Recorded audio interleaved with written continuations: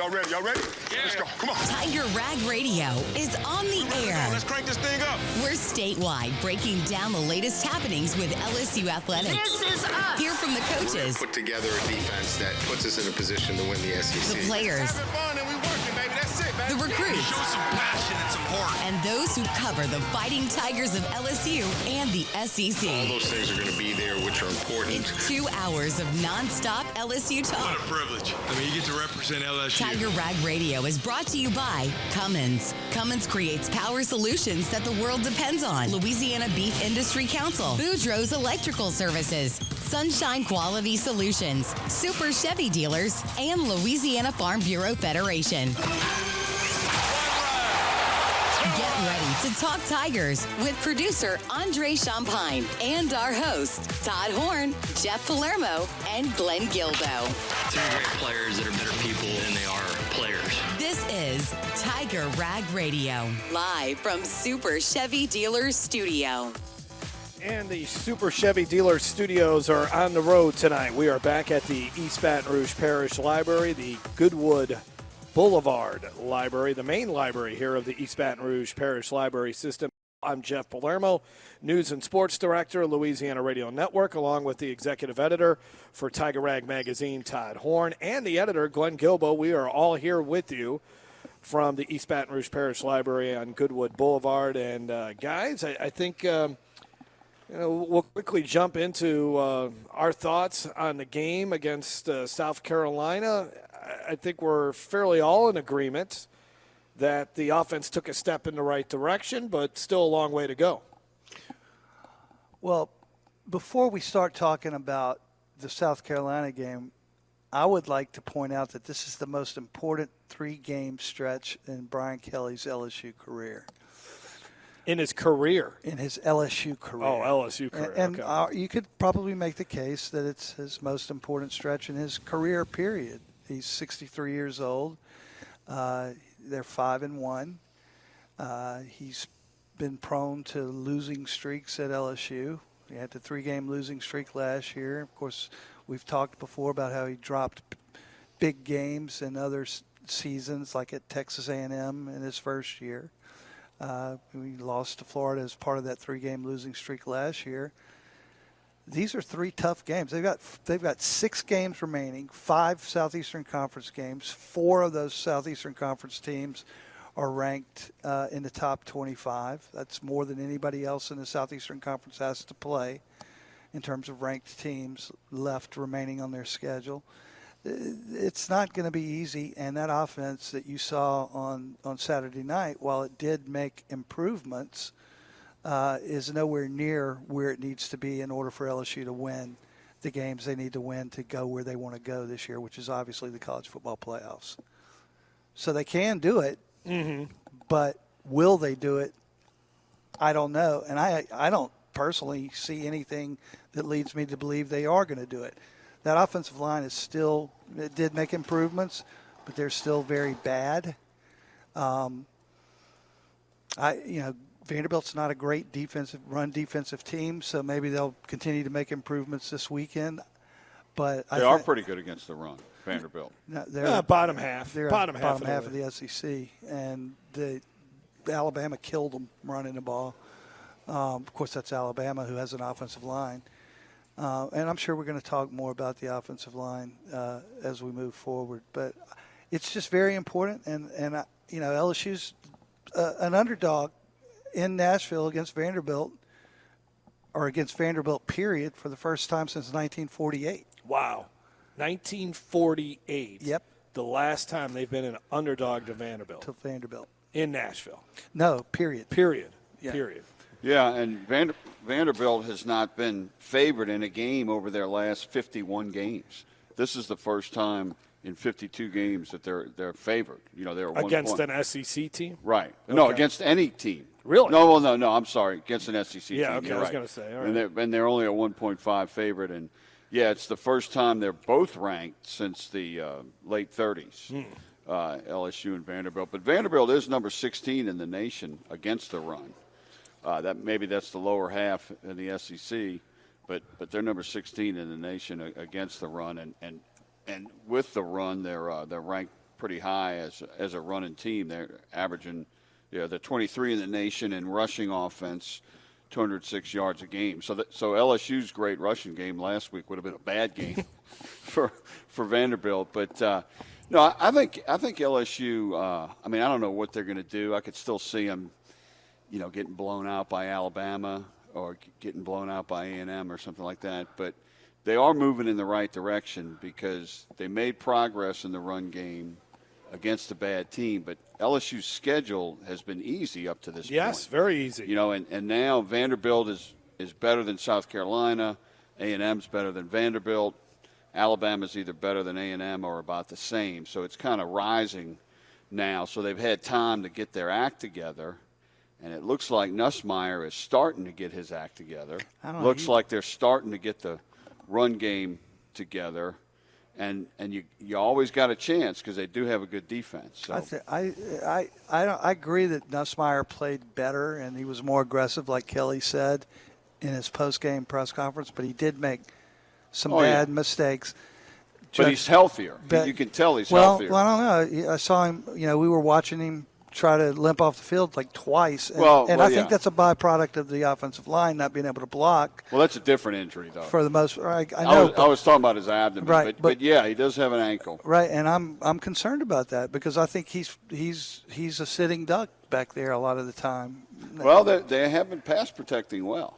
They rank pretty well in sacks given up. Yeah, he's hurried a lot. Yeah, he's hurried a lot. And Weston Davis did a really good job on that edge rusher for South Carolina. According to Kelly. Well, if you look at the stats, though, the pro football stats, Pro Focus, I'm sorry.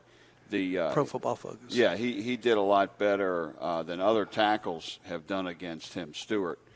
But, I think they're making progress. I think that I'm not disputing that he did well against probably the best edge rusher in the country from South Carolina, number 6. But Stewart. Yeah, Dylan Stewart. But he still missed so many blocks, and he looks like a green freshman playing there, and it creates so many problems for the rest of the LSU offensive line. Well, Kelly seemed excited that they just got off the ball. Which is that's the most basic thing for an offensive lineman. And then he was talking about now they just got to sustain. Yes, right. And this is mid-season. But and Nussmeier, that second the first interception he threw, where he overthrew his receiver. I mean, that was another case of him not being on top of the ball. The announcers even said that too. He's just letting it fly, and I think that's him being erratic more than being hurt. Maybe Scarborough was right. Maybe he never was hurt. He's just erratic because he's always been a tad erratic.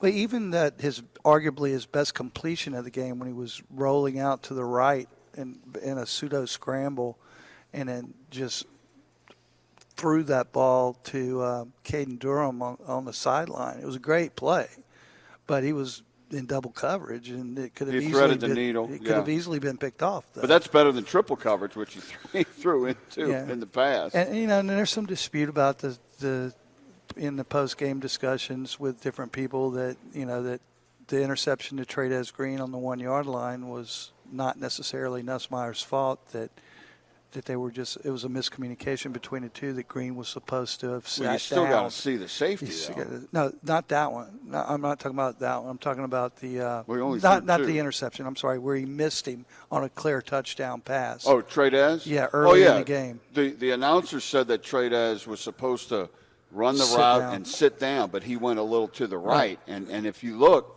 he threw it right where he was. Nussmeier threw it right where he should have sat down. That's how I wrote it too, because I heard a couple of people saying that. That, and Trey'Dez was he had a great game. Yeah, what was he? He had 8 catches for 119 yards, and it's the first LSU tight end to go over 100 yards since 1994. Yeah, and even if Nussmeier, he should have seen the safety on that interception, and he was rushed a little bit. at least put some air under it, because you got a 6'7" guy. Take advantage of that. And one thing he's not doing that Drew Brees and many great quarterbacks did extremely well was, and the first time I ever heard this term was with Drew Brees, he threw guys open. Yeah. Throw them to the side where the DB is not. See, and here we are. We're talking about him like he's healthy, which arguably he looked healthier than he is. Other than the ankle. But we're still talking about all these reasons why LSU had to grit out this game when they should have scored 41 points. Yeah, sure. And without the INT, for one. And he's going to continue to get hurried. If he thought he's been hurried so far this season, it's going to be much worse as they move forward, especially against A&M. A&M is unbelievable on defense, and they have a good offense too. So I think A&M's a great team. The only thing is A&M hasn't won in Tiger Stadium since they joined the SEC. Mm-hmm. So maybe they have some type of mental block against that. And they folded last year. They tend to fold, but they're better than they were last year. And it is the best defense LSU will play, I think. And thank God LSU has a good defense, because when they go to Alabama, Ty Simpson's playing the best ball in the country now. Yeah, and he was ranked like the 14th SEC quarterback going into this season. Yeah, well, he really was. He's playing as good as anyone in America right now. Yeah, and Caden DeBoer is really showing why he was hired at Alabama, because when he got the Alabama job, he was known as one of the best offensive coaches, coordinator, quarterback coaches in the country. That's why he got the job, and he's starting to look like that. Because I'm telling you, Ty Simpson was terrible just 2 years ago. They tried to give him the job at South Florida, and he was so nervous, and I mean, he couldn't even beat out Jalen Milroe, so. I look at LSU, I've never seen a 5-1 team be so gritty. Right. To have to win so many games. They've played 6 games, but none of those teams are very good. See, I still think they haven't beat a team that's currently ranked. I still think Clemson is. It was a tough environment. I still think they're a good team. It was a good win. I'm not taking anything away from them. They'll end up being ranked in 8 wins. But they have not.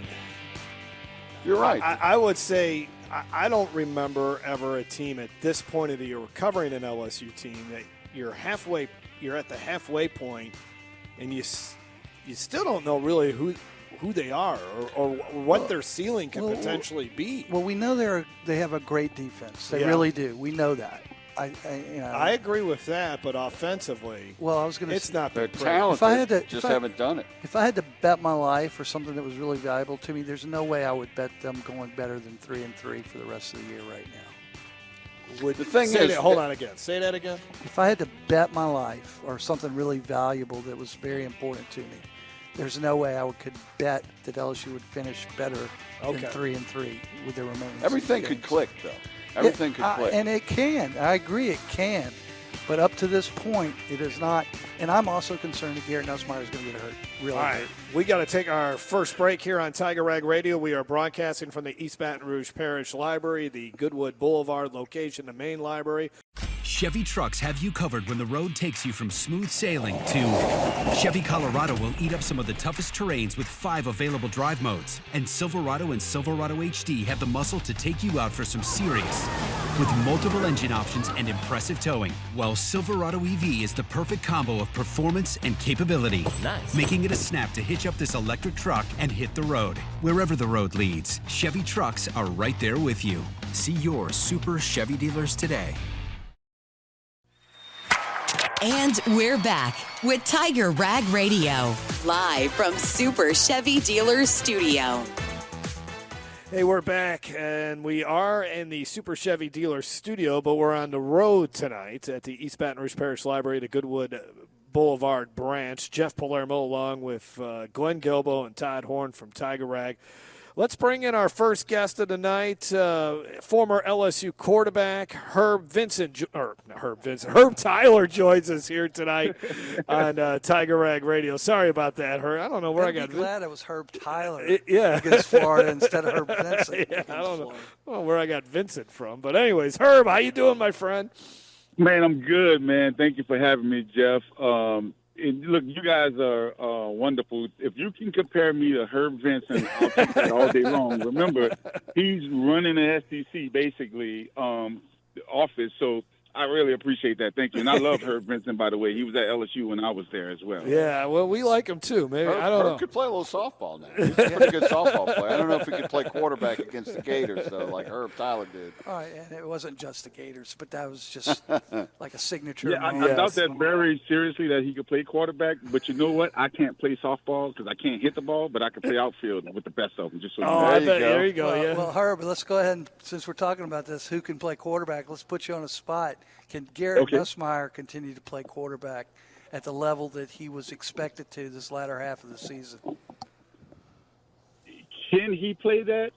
Yes, I think he can get to that point. The thing about Garrett is to me, it looks like, with the injury or whatever it is that he's dealing with, I think it's really more psychological right now. I think it's really more confidence level, right? And once you start getting in the groove and then making the plays that he knows he can make, feeling really good about himself 100% as far as physically, then I think he can get over that hump. Now, the other problem that he's had is he's had a bunch of drops. Let's be real about it. Some of the receivers are just not catching the football. And, we can go down the line, and the names, each and every one of them are not catching the ball every time that it's being placed in the place where it should be.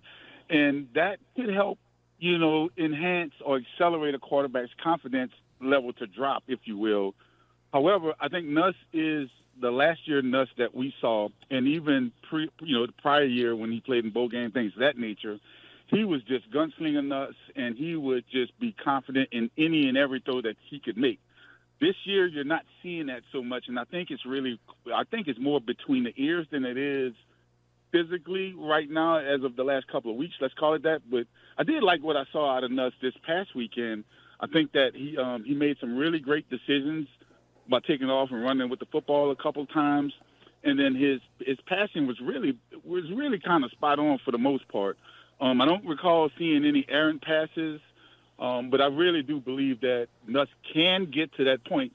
The beautiful thing about this whole situation right now is we're 5-1. We have a really great defense that I think we can, put on the field against anybody, and the offense is nowhere near as bad as everyone that it looks to be. Let's call it that. We know what their potential can be, and the thing is can Coach Kelly and the coaching staff get those guys to play up to that potential? I think it's going to be the key, and I do think that Nuss can get to that level of play that we so expected him to be at this year. Well, Herb, whenever you're a quarterback, and you talked about it, it's kind of mental right now probably for Garrett. How much is his mentality impacted by the fact that he's basically getting hurried every single time he takes a snap because that offensive line is just not keeping him out? I guess that's a great question. The thing about that to me is what that means is he has to speed up his mental clock, right? And in that just means he's got to be confident in where he needs to go and where the ball needs to get to. But also that means I think that the coaching staff can help him a bit by, making sure we call some plays that are quick hitting plays friendly, right? That are not so much elongated throws down the field versus let's get these short dinks and dunks. Let's let the receivers run with the football, kind of what you saw with Kyle Parker on that one long touchdown pass that he threw, which really was traveled in the air maybe 8 yards or so. And Kyle took it the rest of the way, which was a beautiful play, by the way. I think that's how the offensive coordinator, Coach Sloan, and those guys can really help Nuss. Now, the opposite of that, or in conjunction with that, is the run game, of course. If you have the threat to run the football, that allows the offensive line to be able to sustain some pass blocking for just a tad bit longer. And also with the quarterback running the football, I think that's huge too in it, because then you have three different things that the defense has to contend with: the pass, the run by the running backs, and then also the quarterback running the football at any point in time. And I think that's important. And when you look at the landscape of college football and you really see the guys and the quarterbacks that are playing really well today, they have that threat, right, to be able to run the football and also run the ball themselves when it comes to the quarterback. So I think that it's just speeding up that mental clock and being really confident in where the ball needs to go now, and then having total confidence in your receivers that they're going to get open during the time that they need to. That makes a lot of sense. Herb, why do you seem pretty confident that this offense has got another gear to it, that it can there's another level there. Are you seeing enough out of the offensive line, though, that it's going to – I mean, South Carolina is not one of the top defenses in the Southeastern Conference, and what LSU did to them is what you would hope they would do to them. Now, granted, the 2 turnovers in the red zone and settling for the field goal once they got to the 1-yard line really diminishes what they were able to do offensively. But are you seeing enough out of this offensive line that once they do play the better teams, the A&Ms, the Alabama, or when finish out the season, even this week, and then finish out the season in Oklahoma, that this offense is going to be able to score 24-some points in a game? So when I look at it, what I see is a potential thereof, right? And potential is great. Kinetic is even better. So when we talk about that, I think that they have the potential to do it. They have the talent to do it. I think, one of the things that they did this past off week was, they talked about it a lot during the telecast, which was, getting the guys back in the chute as far as the offensive line and staying and firing off the football, things of that nature. I think just that little tweak of the mindset right there for the O-line, I think really should enhance their play to allow them to play much better as they continue to move forward, because then now they start getting confidence in their abilities and what they can do. So I'm hoping that this past weekend was a catalyst for them to move forward so that they can play up to the level that we all expect them to play and would like for them to play. But not just that, but the level that they need to play once they start playing the Texas A&Ms, the Vanderbilts, the guys, the Oklahomas. Those guys are going to come in and they're going to want to, destroy LSU, period. Everybody looks at LSU and they circle that game on the calendar just because, we're the it team. And I always say that regardless of what our rankings is or anything like that, none of that really matters. It's just we beat LSU, and especially if they can come into Tiger Stadium and beat LSU, that's completely different for them. And it's a really, it's something that people look forward to. I think that they can do it. Will they do it is the question. Now, in the will part of it, I think that happens from Monday through Thursday, right, or Tuesday through Friday, whatever days they practice on. That's where that starts. And then you got to be able to carry that over into Saturday morning this week and then Saturday nights every week from here on out. And just a little taste of success really forges an opportunity to be better on the next play, and then the next play, and then the next play. And then you get to that top-tier level of where you want to be and where you want to play. And then you'll start seeing those running backs hit the hole. I really do. Caden Durham coming back this past week was really great for them because he sees the field just a tad bit different than everybody else. Jawan Johnson made a really great run play in a game that I thought was significant because it was one of the few times that I've seen Jawan see the hole, hit the hole, and accelerate through the hole. Yeah. And to me, that was really important, and I think that gives life to the offensive line as well. Now, when it comes to pass blocking for the offensive line, I think that the coaching and the play calling selection can absolutely help with that to build confidence. The short dinks and dunks early on in the game, you have some really great successful run plays, and then you kind of get the defense on their heels a little bit, which then helps you a little bit as an offensive lineman to sustain the block during the pass blocking. Yes, Herb, that leads into my question. If you were quarterback in this team, how often would you throw to that 6'7" tight end? Okay, so that's a great question. So let's go back 20 years, 25 years, right? Joe DiMaggio. Well, no, I'm going to go a little further back. I had 2 6'6", 6'7" tight ends, and David LaFleur and Nicky Savoy. So we threw the ball probably to those guys a combination of probably 12 times a game. Now, let's not forget, I only threw the ball 18 to 20 times a game anyway. But we threw the ball to those guys at least 12 times a game. And we're talking, 3 yards in a cloud of dust offense versus what they're running now. But look, Trey Green is a phenomenal talent. He is somebody that is just a mismatched nightmare for any defense that's trying to contain him or cover him. And I would throw the ball up to him at the very least 3 to 4 times a quarter. Just try to get it to him. He have every opportunity to be successful. That's right. Short passes.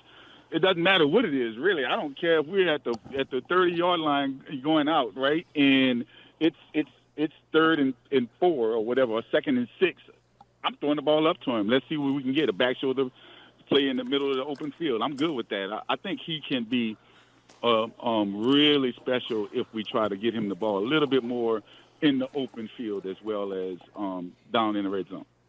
Hey, Herb, we're running short of time, but I did want to ask you, what are you looking for most out of LSU this weekend, besides a win?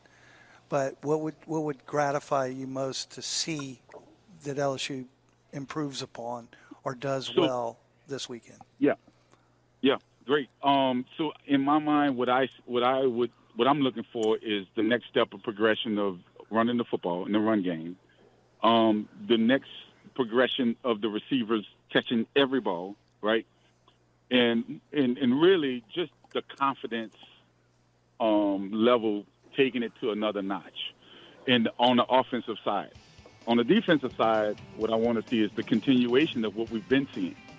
And just continue to play hard, fly around the ball, have that enthusiasm, and really show Vandy, who is, as the NIL stuff goes, the Vandys, the Texas Techs, all the Texas Tech teams, all of these kind of teams that are really leveling the playing field, to really show them that, you got some guys, but we got some dogs. And so in that, I really want us to go out there and show them what LSU football is all about. And I think that I really am confident that they will do that this weekend. It's going to be an early game. Yeah. You got to, wipe the coal out of your eyes, and you got to, forget about whatever time it is. Yep. And you just got to play the game and just play it the way you know how to play it. And I'm looking forward to it. I think it's going to be a special day.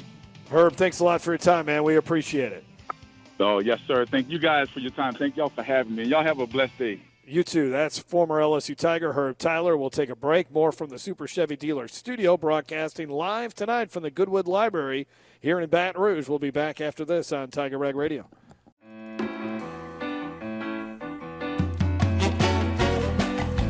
The hot summer months are in the rearview mirror. Let's enjoy fall and have a fun time doing it with your East Baton Rouge Parish Library. The 12th annual Baton Rouge Maker Fair will feature movie magic on October 18th.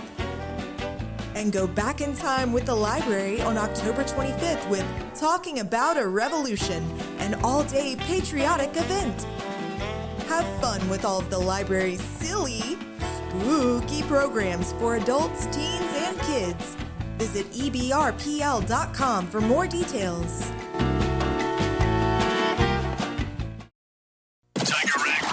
The details do matter. Every step, every hand on the ground, every route, everything that we do has a purpose. We are really focused, and our attention to detail is going to be unmatched. Back at the Goodwood Library, part of the East Baton Rouge Parish Library System. Jeff Palermo, along with the executive editor for Tiger Rag Magazine, Todd Horne. We're going to have another library guest join us here in a few minutes, but we were talking with Herb Tyler, their former LSU quarterback, and Todd, your last question to him was talking about the evolution of the offense, and it was great to see Trey'Dez Green go off the way he did. It's only been a matter of time. You can make the argument that he's probably, I think you can make the argument he's the best offensive player they have on this team. I mean, Aaron Anderson's a nice player, but Trey'Dez Green can he basically took over the game. Well, he's not just 6'7" and a mismatch, which he clearly is, but he can catch, and the dude is fast. Yeah. Now, I don't think he had a great game, and he's going to continue to have good games for those reasons. But I don't think we've seen nearly what we're going to see from him, because he's not a great route runner, and he can improve on that, and he will improve on that. He's only going to get better and better as we move forward. But the one thing I wanted to hit on, it was great, again, to see Trades Green, and maybe I'm being greedy here, but again, this was an offense that we were anticipating would score 30 points a game. You're spoiled. That's right, I am spoiled. Screen passes, short passes, quick passes to Aaron Anderson, short passes to Trades Green. They need to do more of that. But how do you mix in the Berrien Browns of the world? You got to get Berrien Brown. Berrien Brown is Aaron Anderson 2.0 or whatever.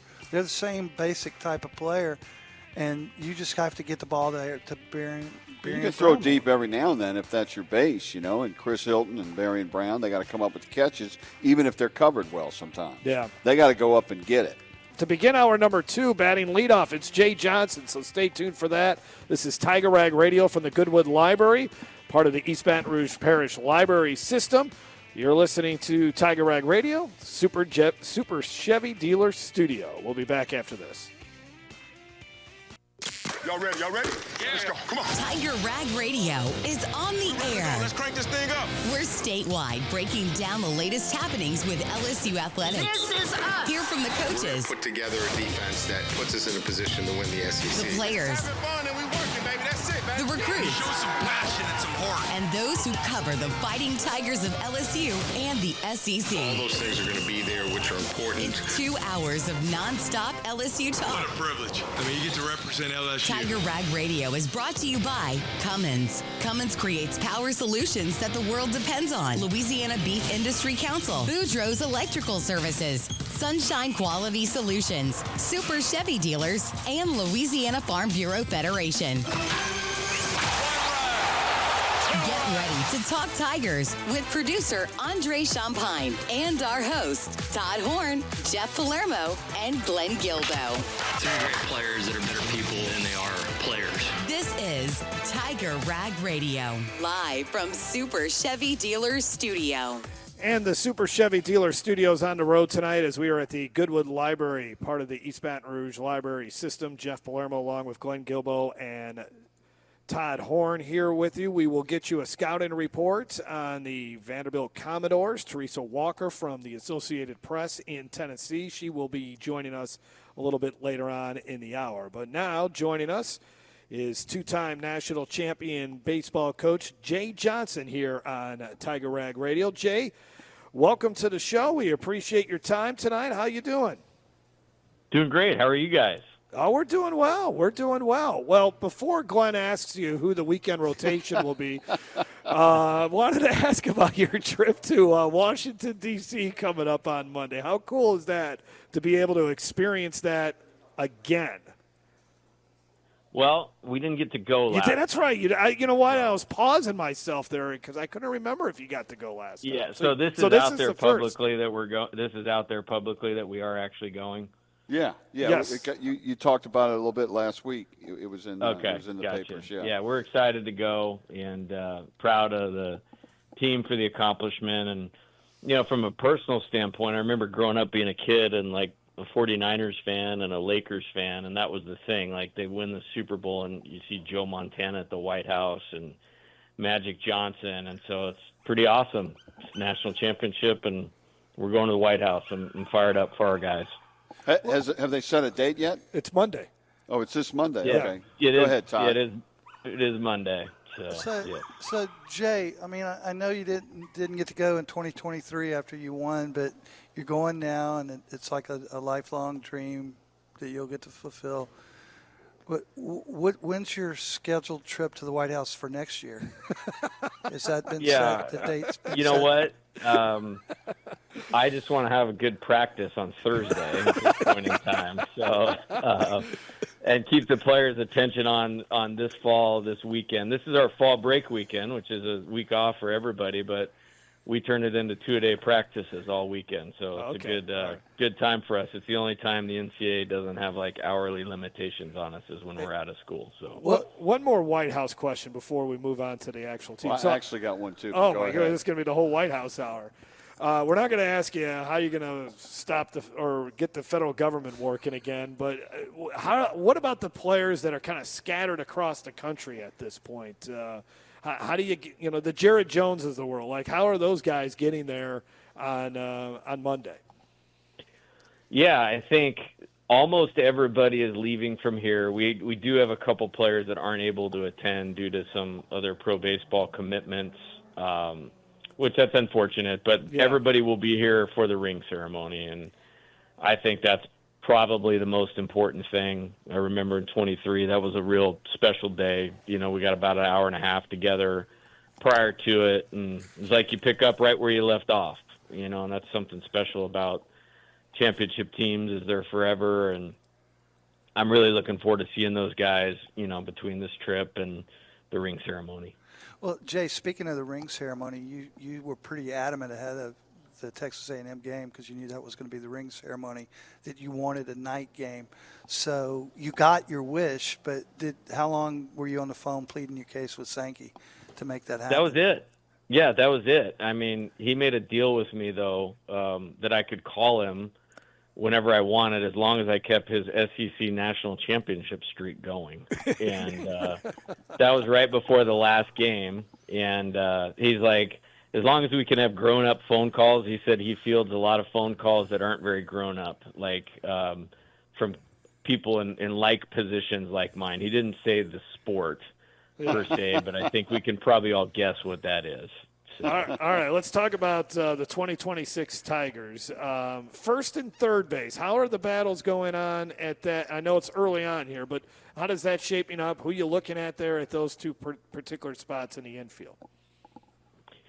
Yeah, I think, an obvious question, is who's going to fill the spots where players are leaving. And obviously, Jared, was a staple there for us really for 3 years, outside the end of the 23 season, where we moved Trey back there. And then Michael Braswell did a terrific job on defense for us last year. So yeah, I'm very optimistic of how we're handling the ball on defense throughout. And we're kind of in a spot where 3 inter squads in, I feel like I'm not prepared to totally answer that question, but I can say I think we're going to play very good defense again, like last year's team did in the infield. As far as first base, Zach York, who we brought in from Grand Canyon, probably our biggest impact hitter out of the transfer portal. That's kind of his natural position. It'll be, some at first base and some at DH for him. Both catchers, Cade Arambidi and Omar Cerna, I think have a chance to hit the ball with authority, and both are athletic enough to play over there.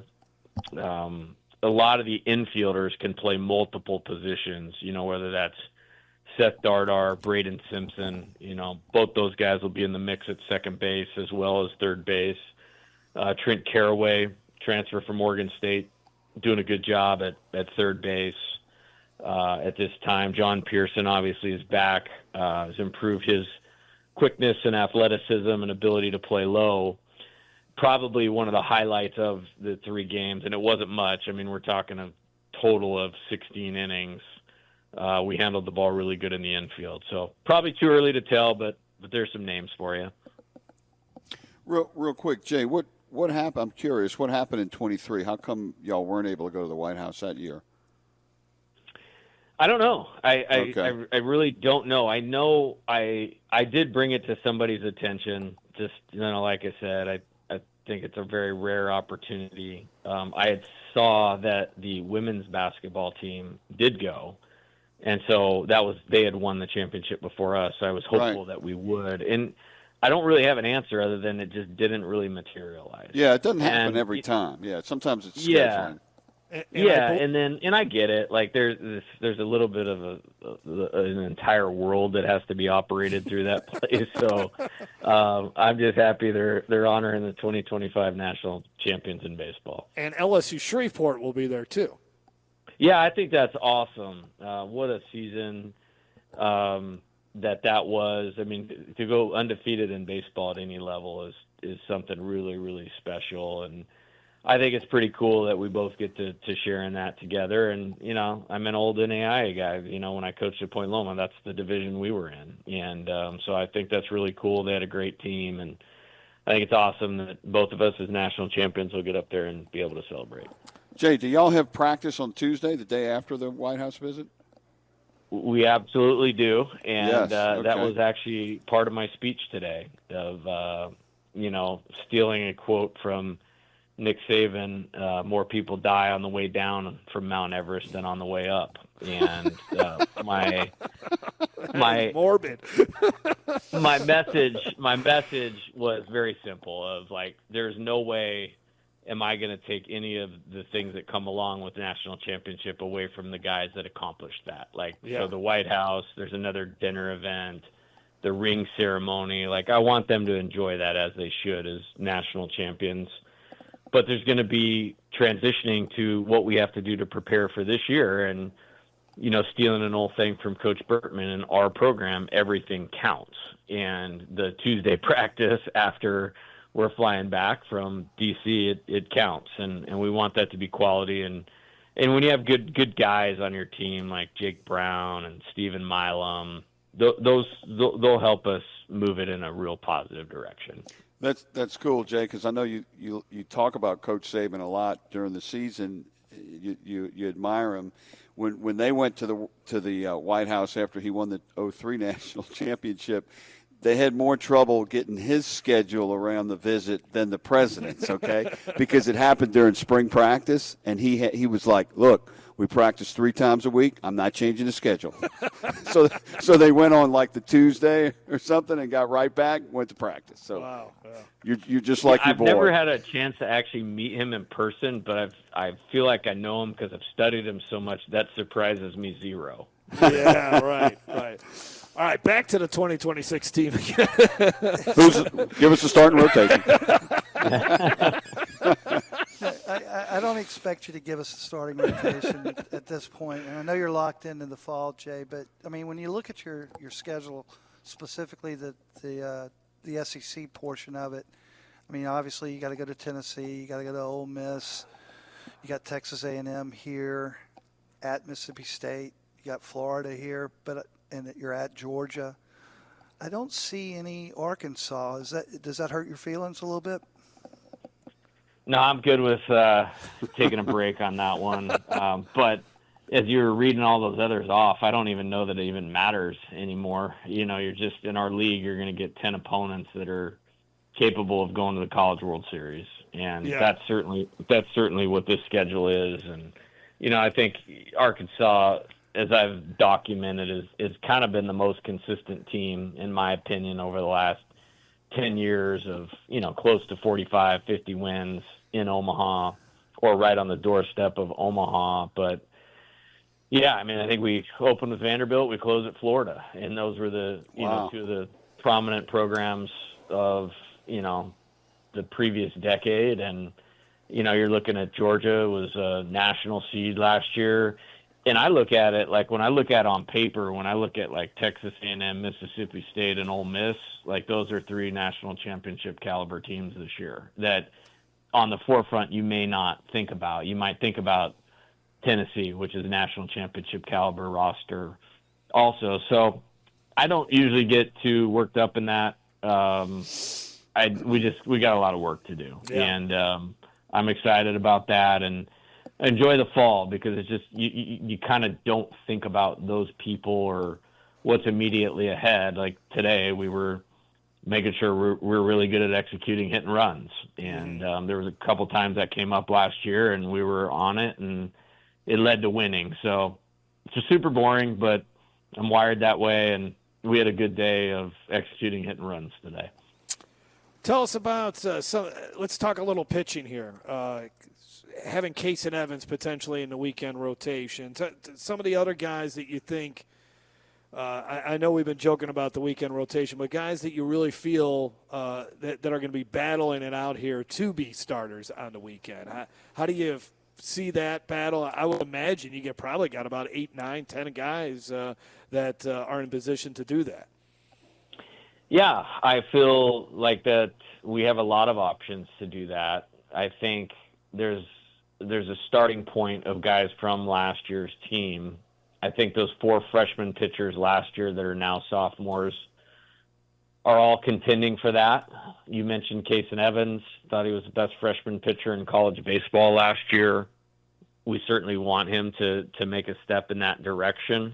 I think he's capable of doing that. We've brought him along slower than some of the other guys just because of every inning he threw last year was a leverage inning. So it was 59 and 2/3 innings. It might have well been 110 because every pitch he threw for the entire season, maybe outside of opening day, really, really mattered. And so he's going to throw live to hitters for the first time this Friday, and then he'll take the mound competitively for the first time the following Friday. And then Maverick Rizzi, pitched in the regional and super regional last year, had a good couple outings in the Cape Cod League. He looks poised for a step forward. William Schmidt, who we started a lot in midweek action last year, has made a very nice jump. He was outstanding on Sunday this past weekend. Cooper Williams, who was prominent, pitched in the regional, super regional in Omaha. I think had a good summer of training. Probably has advanced himself the most of those four guys. So those four, Zach Cowan, obviously, huge start in Omaha. I think everybody knows the faith and trust I have in Zach. Jaden Newt, like Kaysen, we're bringing along a little bit slower. He will be in that mix as well. And then there's two really good freshmen, like really, really good. Marcos Paz and Reagan Ricken, I think, have an outstanding chance to be real staple pitchers in the program. Like I think these guys that are sophomores this year, with the contribution they made last year, are going to be as well. So I think there's a lot of options, and that's a real good thing. I think the Cooper Moore, transfer from Kansas, throwing the ball incredibly well. He threw the ball well on Friday last week, and then sat in on his bullpen today and was outstanding. And I think he was a first-team All Big 12 guy last year, and early returns, or you can clearly see why. So we have a lot of sorting out to do there. So that gives you some good names to start with, though. Jay, how's Gavin Guidry progressing, and what can we expect to see from him this year? Yeah, it's going good. I'm really pleased at his progress, and a pretty invasive surgery on his back, and the doctors talked about, look, he's not going to look or feel good for a while, and then it's going to basically pop, and he's going to feel like back to normal. And we've gotten through that point, and now he is moving and operating like he did when he was moving and transitioning here like a high school shortstop, and he's a terrific athlete. So that's great to see. Now it's making sure the arm is in shape, and so he's actually a few weeks behind. My goal is to have him throw the last 3 weekends of fall baseball.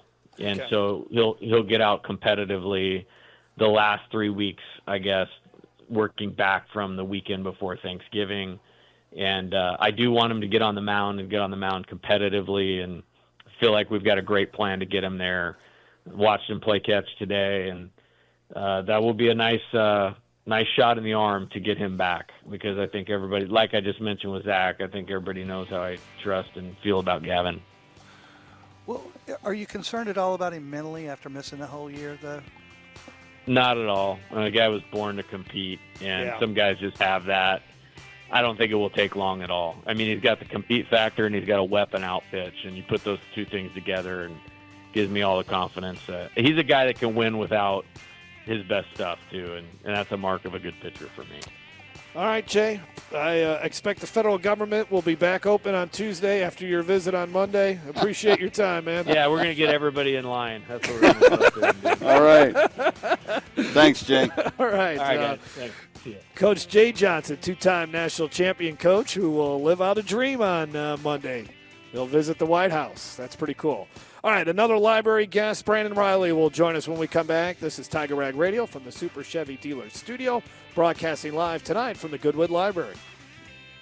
Chevy trucks have you covered when the road takes you from smooth sailing to Chevy Colorado will eat up some of the toughest terrains with 5 available drive modes. And Silverado and Silverado HD have the muscle to take you out for some serious, with multiple engine options and impressive towing. While Silverado EV is the perfect combo of performance and capability, making it a snap to hitch up this electric truck and hit the road. Wherever the road leads, Chevy trucks are right there with you. See your Super Chevy dealers today. Tiger Rag Radio is back on the air, live from Super Chevy Dealers Studio. Super Chevy Dealers Studio from the East Baton Rouge Parish Library, the Goodwood Boulevard branch. Jeff Palermo along with Todd Horne and Glenn Guilbeau from Tiger Rag Magazine and TigerRag.com. Let's bring in our next guest. That's Teresa Walker from the Associated Press in Tennessee. Teresa, thanks a lot. We appreciate your time. How you doing tonight? I'm doing good. It's just a quiet week in October. You know, Titans are firing their coach, and Vanderbilt is ranked for a fifth straight week this season. I mean, I've been covering Vanderbilt since 1992. We're in uncharted waters. Wow. You've seen some low times then, man. Wow. This should be a very interesting game. When you look at the LSU schedule at the beginning of the year, obviously the Alabamas, the A&Ms, they pop off the schedule. But I always had this game in the back of my mind saying, man, this game just looks like trouble for LSU just because I knew Vanderbilt was going to be good. Diego Pavia, he's just got this moxie, this bravado about him that makes him dangerous, and I would love to see how that Alabama game would have played out if they don't turn it over twice in the red zone. I know that's part of the game, so you can't just totally dismiss it. But speaking of Diego, how much better is he as a quarterback than he was from a year ago? He's better. He's completing more of his passes. He's orchestrating the offense really, really nicely. I mean, yes, there was the hiccup with the 2 turnovers in the red zone at Alabama that – if not for that, that would have been an interesting and fun fourth quarter, I think, for everybody to watch in the SEC.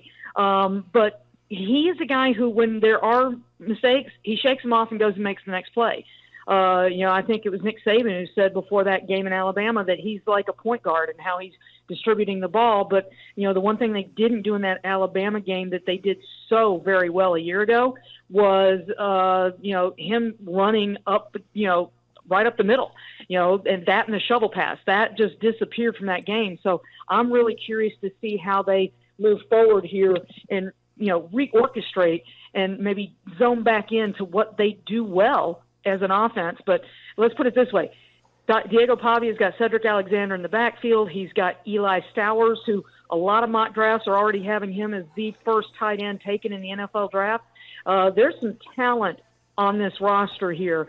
And, hey, Diego Pavia's already said he's going to the NFL next year. Hey, Teresa, this is Glenn. Thanks for joining us. Appreciate it. I wanted to ask you, before this turnaround with Coach Lee at Vanderbilt, did you cover Vanderbilt regularly, or are you having to do more on them the last 2 years because of their tremendous, turnaround? Hey, Glenn, I've covered them since 92, but let's be honest. There's some years, especially since the NFL came to town. I've got an NHL team in the state, in Nashville proper. I've got the NBA down in Memphis. I'm responsible for all of Tennessee. So Vanderbilt most years gave me a reason to ignore Vanderbilt football. But the last 2 years, it's become must-cover football. And I'll say one of the highlights of my career was that game against Alabama last year. For so many years against ranked teams, I felt like, Charlie Brown, and it's like, I'm going to get to write that game-winning. Vandy pulls the big upset over the ranked team, and then, nope, there it goes. The team we expected to win takes the ball and runs off the field. And so last year, when they didn't trail a second against Alabama, it's like, do I finally get to write that story? So yes, I am covering a lot more Vanderbilt. I was going to be over there today, but then the Titans fired their coach, so I had to go to Titans and hear the new coach today. So I'm playing a little bit of catch-up tonight to prepare for this game on Saturday. Well, Teresa, this is Todd. Even though you had to spend some time at the Titans facility today, I'm sure you're aware of the narrative that they're, as far as what Clark's saying about LSU, what Pavia is saying about LSU. So what are they saying about LSU? They haven't been favored over LSU since since 1948. 48. And they are favored. I've seen 2.5 points, 1.5 points. And also they hadn't beaten LSU since 1990. So what are they saying about the Tigers right now? Well, and remember this is going to be just the fourth game all time between these programs with both of them ranked. They haven't met ranked since 1947. Think about that. That was a good game that year, by the way.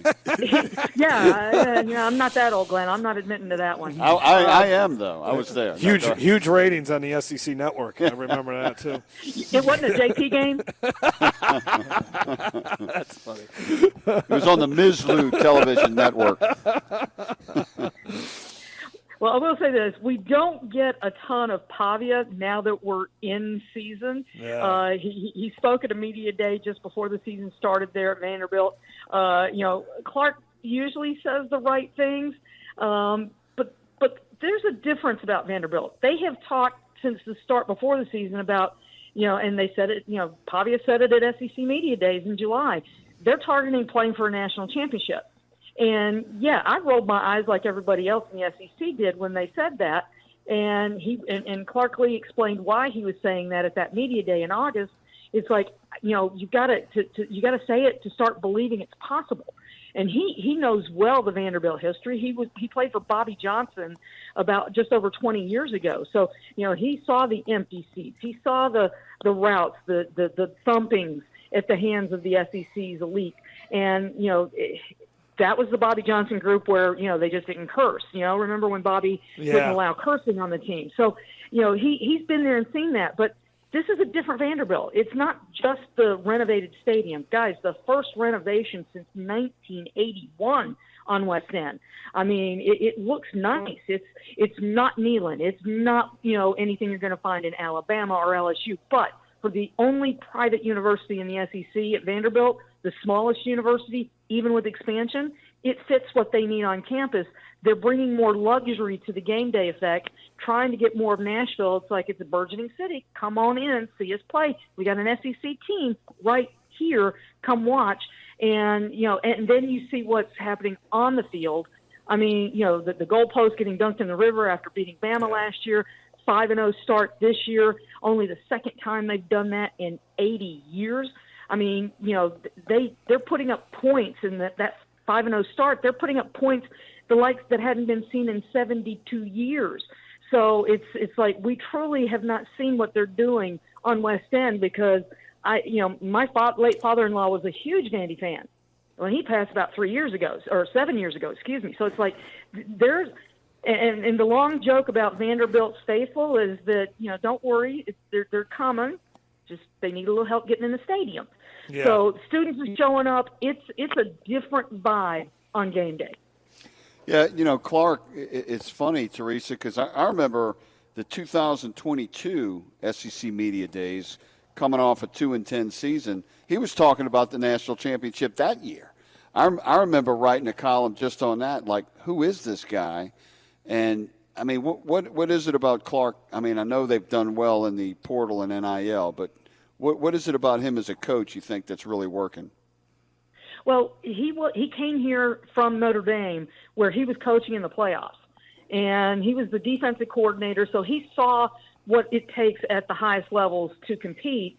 And being at Notre Dame, he saw that, sometimes you have to do it a little differently. You can't do it the way LSU and Alabama does it. You got, and knowing at Vanderbilt, you've got to do it differently. But combine that with him coming home wanting to win. He brought in Barton Simmons, who's done so much on scouting high school prospects and rating them over the years. Somebody he knew from high school to help him find the right players for Vanderbilt. And then Vanderbilt hires Daniel Diermeyer as chancellor. Guys, this is, I covered Gordon Gee when he wiped out the athletic department over 20 years ago, right? Got rid of his athletic director. And now you've got a chancellor who not only supports athletics, he believes that, this can be a big calling card for Vanderbilt. You don't have to be just a great academic university. You can succeed in athletics, and they're doing great things in soccer, and they just unveiled their volleyball team in August, brought that back, and Shea Ralph has the women ranked 19 in the preseason poll today, hadn't been ranked since 2012. So they're trying to turn around a lot of programs over there and sustain the ones like baseball with Tim Corbin that have had success, and they're doing think about it. If there's any program in the SEC to take advantage of revenue sharing and NIL, isn't it Vanderbilt? Yeah. See, now I'm even more worried about this game. You should be. I think that this is a Vandy win. I'm sorry. Yeah. Wow. See, but I'm listening to it all, and I'm seeing all this macro picture look at Vanderbilt's enthusiasm, and I still don't see how they're going to score more than 10 points against LSU. Oh, come on. Did you see Ole Miss score 24 points against LSU's defense? Diego, baby. He's going to score. Just note that they are 19th in the country in total offense, and they are 7th in the country in scoring points. Wow. All right. She sounds really confident. Not your dad, Vandy. I think Todd and Teresa need to make a bet. And, hey, that coach learned everything from Brian Kelly. Yeah. So he's got to be good. There you go. Teresa, thanks for the insight on Vanderbilt football. We appreciate it. My pleasure, guys. All right, Have Teresa a good Walker weekend. joining us from Don't work AP too hard. Tennessee. We'll be back after this as the Super Chevy Dealers Studio on the road tonight. We'll be back.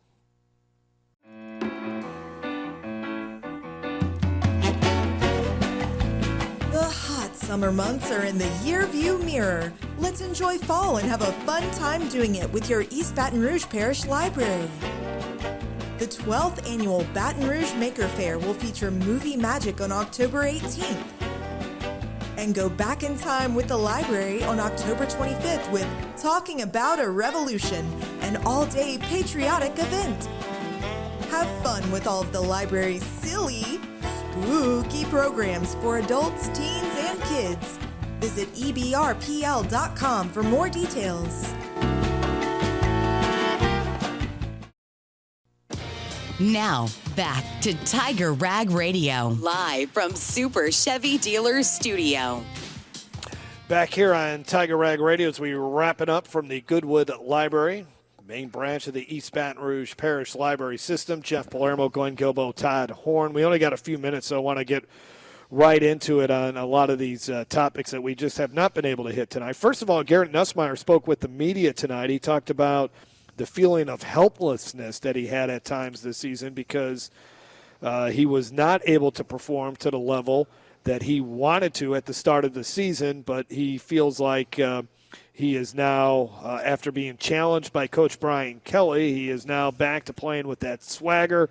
Coach Kelly talked about that. I really thought a lot of what Brian Kelly said on Monday was trying to prop up his team. He was just very positive, overly positive. We talked about that in the first segment, especially concerning Weston Davis. I think he's trying to build up all these guys' confidence as you're going into the second half of the season, which is much more difficult than the first half of the season.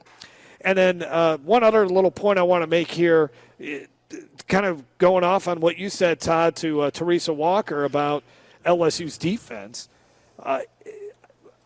How they got to Lenora Sellers, I thought, was really impressive last Saturday. And actually, I got a lot more respect for Lenora Sellers because he got the you-know-what beat up out of him in that game, and he kept getting up and kept trying, and LSU was all after him. They got to do that again this Saturday against Pavia. They got to get after this kid. Yeah, it's the key to the game for me.